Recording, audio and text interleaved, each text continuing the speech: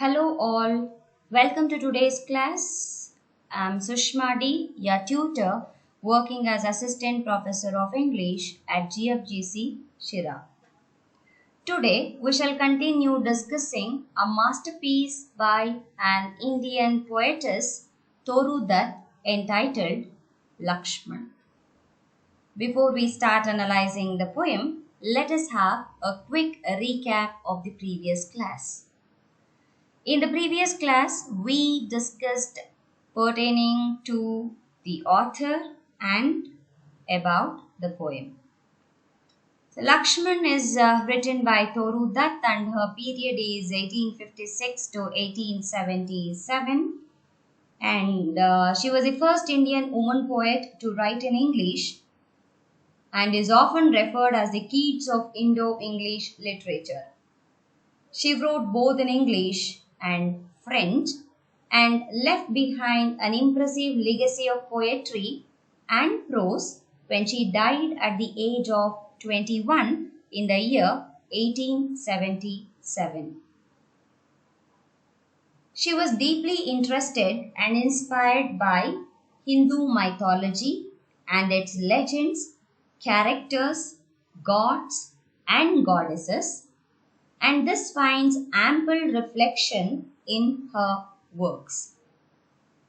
She seems to me a kind of cultural icon, someone who helps us to understand the modernity of India at a point when India was suddenly emerging as a modern nation state. Because the nation at that point was going through an extraordinary journey. That journey where the Indian thinkers begin to imbibe British or Western knowledge, what we call the Bengal Renaissance. Because much of the action took place in Calcutta at that time. There is a saying that what happens in Calcutta today will happen to the rest of Bengal tomorrow, and what happens in Bengal today will happen in the rest of India. About the poem. So Lakshman is a part of collection Ancient Ballads and Legends of Hindustan written by Toru Dutt. It is published in the year 1882. It is in the ballad form with 8 lines. The form of the poem is ballad. The poem comprises of total 22 stanzas and it describes an episode from Ramayana. And deals with two of its main characters, namely Sita and Lakshman. So the two mythological characters portrayed in the poem are Sita and Lakshman. Toru Dutt eloquently portrays the inner struggle that Lakshman undergoes when faced with the choice of whether to obey his brother's command or his sister-in-law's wishes. On the whole, Lakshman is the portrait of the ideal brother, a splendid picture of chivalry and self-control. In the poem, Sita comes across not just as a mythological character, as the wife of Rama, but as a human being, a woman to be particular, prone to human emotions and human provocations. Again, as a woman, Sita comes across not as a meek and submissive character, but as an authoritative and dominant person, the one who is aware of her rights, the one who is capable of battling for her rights and getting her demand accomplished. The theme is derived from Ramayana. You're all familiar with Ramayana and even we have discussed pertaining to this in the previous class. Let me brush it up very quickly and briefly connect it to the context of the poem. The Ramayana is an ancient Sanskrit epic which follows Prince Rama's quest to rescue his beloved wife Sita from the clutches of Ravana with the help of an army of monkeys. Rama, Prince of Ayodhya, wins the hand of the beautiful Princess Sita, but is exiled with her and his brother Lakshman for 14 years through the plotting of his stepmother Kaikeyi. In the forest, when they stay in Panchavati, Sita is deeply moved by the golden deer roaming around and asks Rama to get it for her. Rama tries to persuade her, but she did not listen to the words of Rama, and thus Rama goes in the pursuit of the golden deer in spite of the forewarnings expressed by Lakshman. Lakshman guesses that the golden deer is Maricha in disguise sent by Ravana. After a long pursuit, Rama fells the deer with an arrow. While dying, the deer cries out in Rama's voice for help, "Hey Sita, hey Lakshmana." Hearing the cry, Sita mistakes it for Rama's voice, and this is where the poem begins.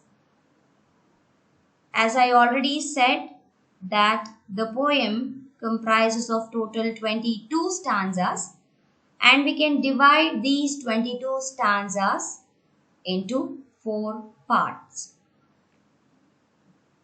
First part comprises of first 3 stanzas.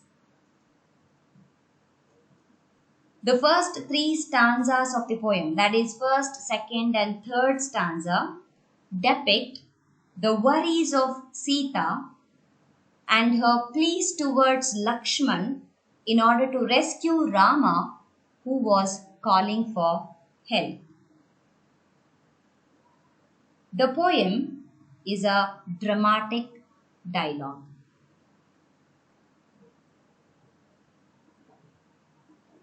The second part is the next 5 stanzas, that is 4th, 5th, 6th, 7th and 8th stanzas.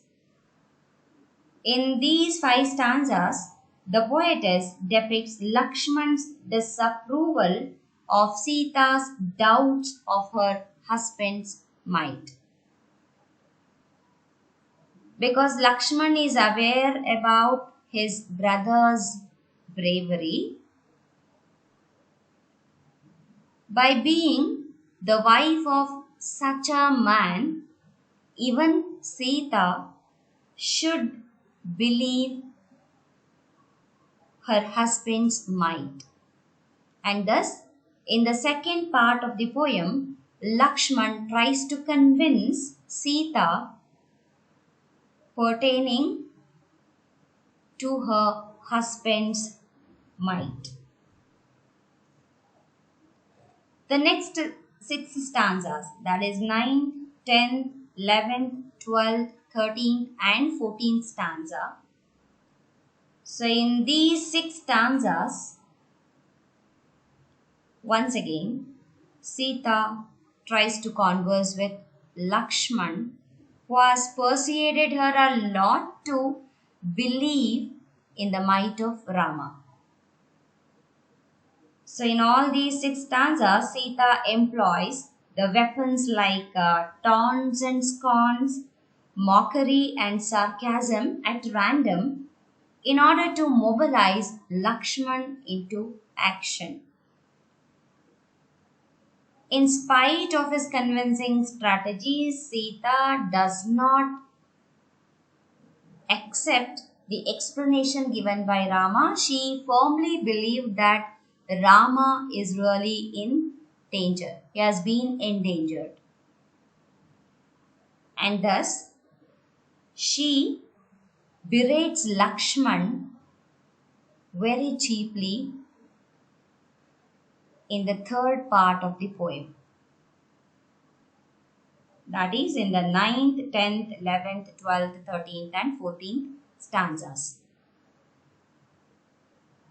And in the final part of the poem, that is the last 8 stanzas of the poem, 15th, 16th, 17th, 18th, 19th, 20th, 21st and 22nd stanzas. In all these 8 stanzas, we are going to witness Lakshman's decision to leave Sita all alone in that forest and his decision to go to rescue Rama.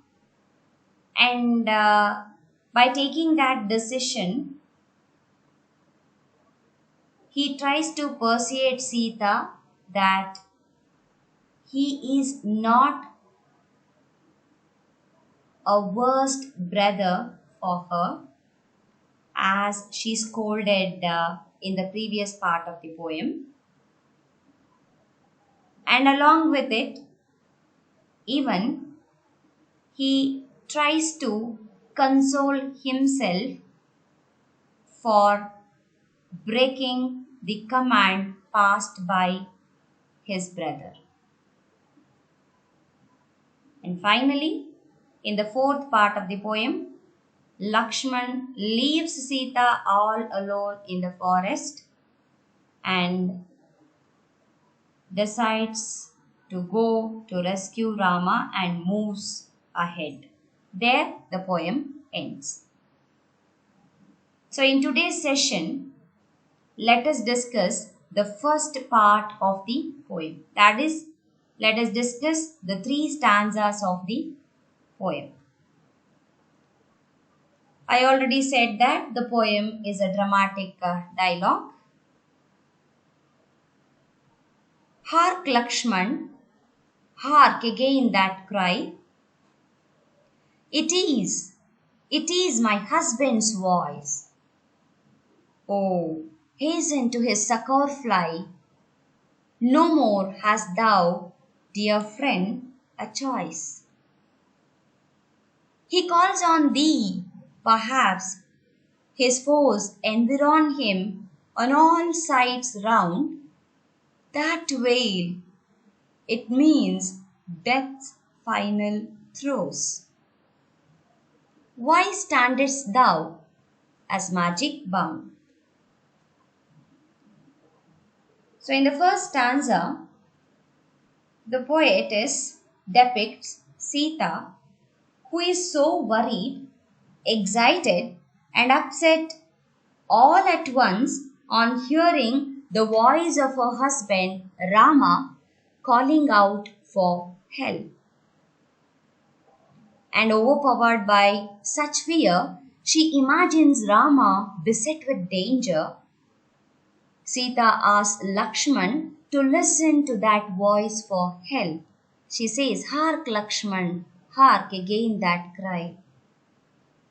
She was very sure that it was Rama's voice. She says, it is my husband's voice. So one could notice a sort of surety in her voice in this particular line, and asks Lakshman to rush to his aid, because there was no choice for them at that particular moment. She felt that it was Rama's call for help. Once again, she says that he calls on thee. Thee means you. He is calling you for help because he is surrounded by enemies on all sides. She feels that Rama has been surrounded by enemies on all sides, and only because of that reason, Lakshman should go in order to help his brother. And to her, that cry sounded like a death's final pain.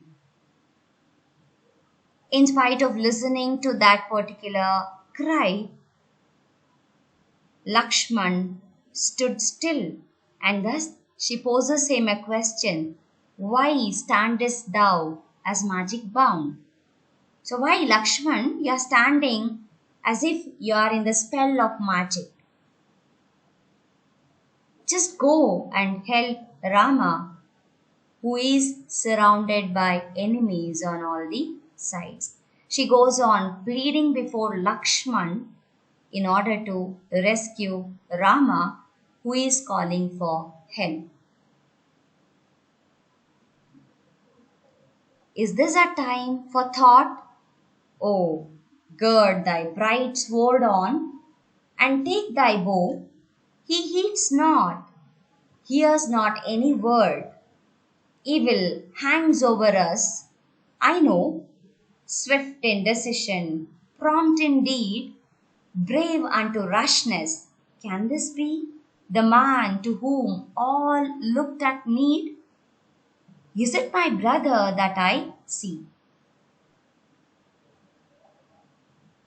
In spite of Sita's pleading, Lakshman did not react and he stood still.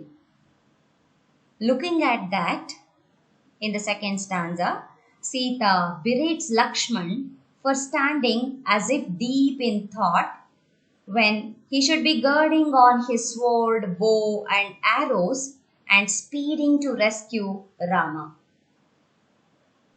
But he is not doing that. At his continued silence and inaction, she cries, "Is it my brother that I see?" Sita is so much puzzled that Lakshman has not listened her words when it was needed the most. Lakshman was actually swift in his decisions, prompt in his deeds, and very courageous, someone who could be trusted at any point of time. Yet he remains beside Sita, keeping in mind the words of Rama to take care of Sita until he returns.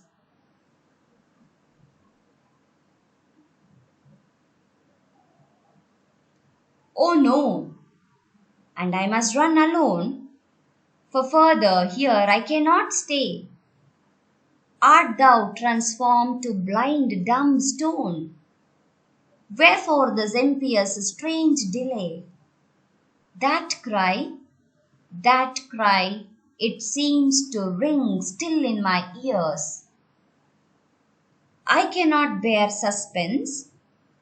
If help we fail to bring, his death at least we both can share. So in the third stanza, she states that she alone runs to help Rama because she cannot stay anymore there without running to rescue Rama, who is calling for their help. In spite of all such requests, Lakshman yet remains beside Sita. Sita wonders why Lakshman remained transfixed, transformed to a blind, dumb stone. Because she can still hear the cries of help ringing in her ears, she is unable to bear it any longer, the suspense that lingers at that particular moment. Thus, she says that if they fail to protect Rama, then they would be left only to share his death. So, in all these three stanzas, Sita tries to persuade Lakshman to run to rescue Rama in her own ways. I hope that you have understood the first part of the poem Lakshman, written by Toru that. Let us continue the next part of the poem in our next class. Thank you all.